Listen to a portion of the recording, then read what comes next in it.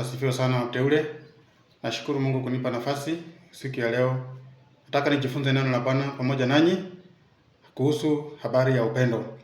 Nitasoma waraka wa kwanza wa Yohana, mlango ukiwa ni wa 4, mstari ni wa 21.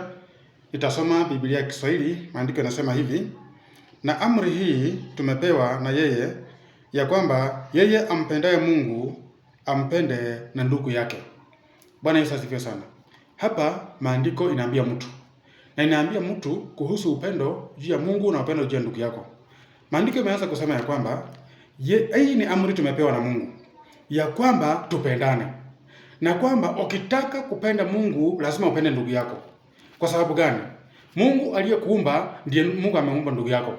Huwezi kuwa unapenda Mungu na unachokoza ndugu yako, sababu ukienda mbele za Mungu kwa vipawa ya upendo, kwa sadaka ya upendo, na huku umemkosea ndugu yako analia, sadaka yako na matoleo yako itakataliwa, maombi yako itakataliwa, sababu umefanya uwazi.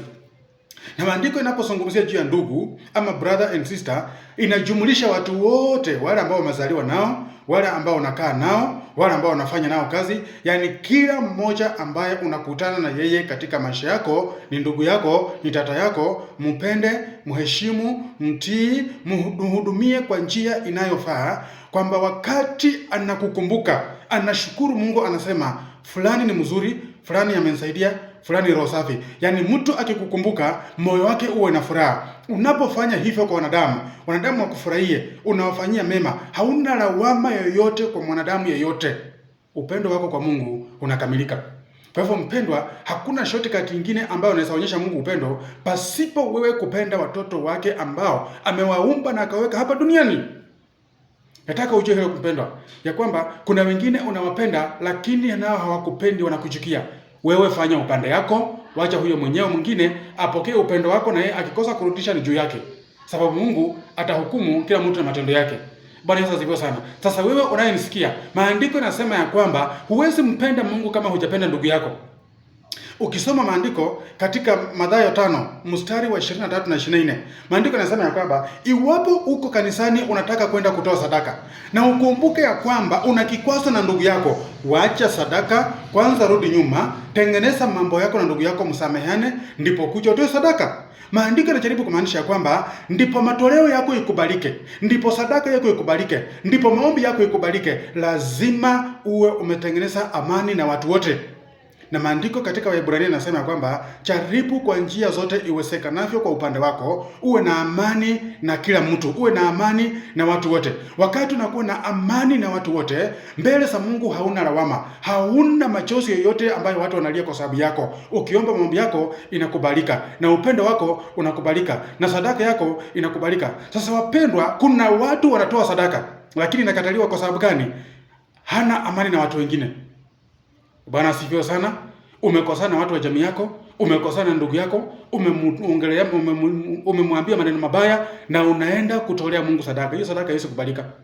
Mpendwa, hata ndugu yako anaweza kujia akwambie hana chakula, lakini wewe umepanga kwenda kutoa sadaka ya 2,000 ama 1,000, unamwambia sina kitu, na unaenda kanisani kutoa 2,000. Mungu anakuona ukiwa mtu ambaye haufikirii. Mungu anakuona ukiwa mtu ambaye hauna upendo, kwa sababu itakuache umtolee Mungu sadaka ambaye haujamuona, na unakataa kutolea ndugu yako ambaye unamuona.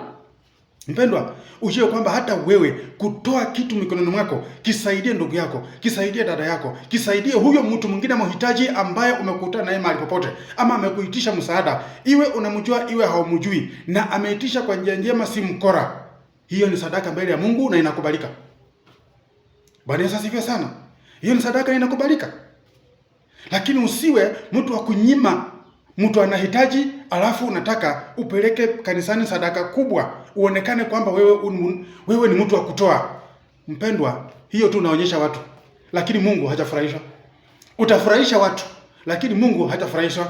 Sasa ndipo sadaka yako ikubalike, lazima uwe umetengeneza mambo yako na ndugu zako, umetengeneza mambo yako na watu ambao unaishi nao, umetengeneza mambo yako na wanadamu ambao unahusiana nao kila wakati, kila siku, mahali mnapopatikana.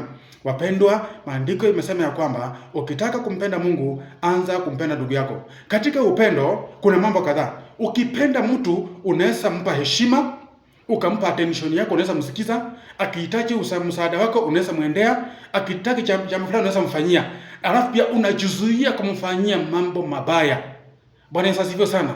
Hivyo hivyo unapopenda Mungu unajizuia kufanya dhambi, unatii sheria yake, unafanya matendo mazuri ya kupendeza Mungu. Hivyo hivyo mtendee ndugu yako hivyo. Mtolee kitu akule, mpe heshima, msikize, mpe attention, mpe upendo wako na umoja wako. Show unity and love. Onyesha kwamba mnaweza tembea pamoja. Vile unaweza onyesha kwamba unaweza tembea pamoja na ndugu yako, hivyo hivyo Mungu atakubali kutembea na wewe pia. Unapotoa kipawa, unapotoa kitu, unapea ndugu yako anakula. Hivyo hivyo ukitoa sadaka kwa madhabahu ya Mungu, Mungu anayakubali, anaipokea. Huwezi toa sadaka, huwezi shughulikia mambo ya kanisa, huwezi shughulikia mambo ya kazi ya Mungu na unasahau ndugu yako, unasahau jirani yako, unasahau rafiki yako ambaye ni mhitaji. Bwana Yesu asifiwe sana.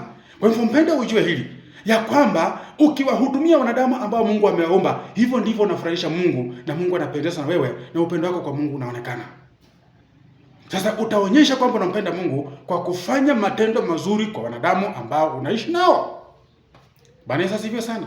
Wengine wanaweza watenda mazuri lakini wao wanarudisha mabaya. Usirudishe mabaya. Endelea kufanya mazuri, ndio upendo wako kwa Mungu uweze kubalika, sababu upendo pia hujaribiwa. Upendo hujaribiwa. Unaweza saidia mtu kutoka mahali ngumu mpaka umfikishe mahali ambapo sasa ako sawa, akusahau.